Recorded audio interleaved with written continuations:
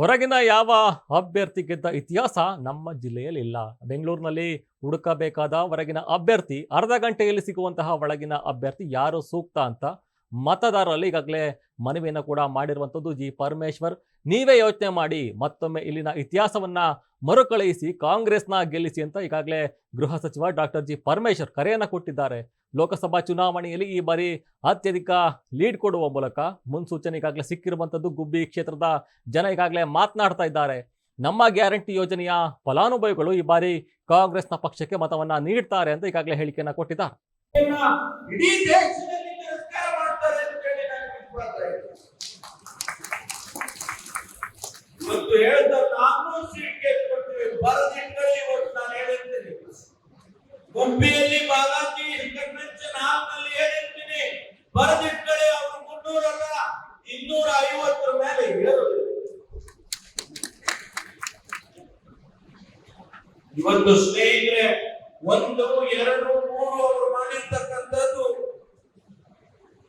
ಏನು ಹಿಂದೆ 3D ಹಗರಣ ಯಾವ ಹಗರಣನೂ ಇಲ್ಲದೆ ಹಗರಣ ಹುಟ್ಟಿ ಹಾಕಿ ಕಾಂಗ್ರೆಸ್ನವ್ರ ಮೇಲೆ ಡಿಎಂಕೆ ಅವರ ಮೇಲೆ ಸುಳ್ಳು ಆಪಾದನೆಗಳನ್ನ ಮಾಡಿದ್ರು.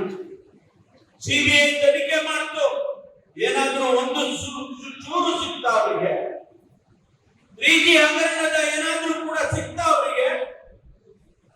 ಇವತ್ತು ಅವರು ಮಾಡಿರ್ತಕ್ಕಂಥ ಅತಿ ದೊಡ್ಡ ಹಗರಣ ಇವತ್ತು ಸುಪ್ರೀಂ ಕೋರ್ಟ್ ನಲ್ಲಿ ಹೇಳಿದ್ದಾರೆ. ಏನು ನೀವು ಬಾಂಡ್ಗಳನ್ನು ತಗೊಂಡಿದ್ದೀರಿ ಅದು ಭ್ರಷ್ಟಾಚಾರ ಅಂತ ಹೇಳಿ ಸುಪ್ರೀಂ ಕೋರ್ಟ್ ಹೇಳಿ. ಇದಕ್ಕಿನ್ನ ಬೇಕಾ ನಿಮಗೆ? 8,200 ಕೋಟಿ ರೂಪಾಯಿ ಹಣ ತಗೊಂಡು ಯಾರನ್ನ ಇಡಿ ಅವರನ್ನ ಸಿಬಿಐ ಅವರನ್ನ ಮುಂದೆ ಬಿಟ್ಟು ಅವರನ್ನ ಎದುರಿಸಿ ಆ ಕೈಗಾರಿಕೋದ್ಯಮಿಗಳ ಹತ್ರ ನೀವು ಹಣ ತಗೊಂಡಿದ್ದೀರಲ್ಲ, ಇದು ಭ್ರಷ್ಟಾಚಾರ ಅರ್ಥವಾಗಿದೆ. ಹಾಗಾಗಿ ಸ್ನೇಹಿತರೆ, ನಾವು ದಯಮಾಡಿ ನಾನು ತಮ್ಮಲ್ಲಿ ವಿನಂತಿ ಮಾಡಿಕೊಳ್ತೇನೆ, ಸನ್ಮಾನ್ಯ ವೃದ್ಧ ಮೇಲೊಬ್ಬರಾಗಿ ಬಂದ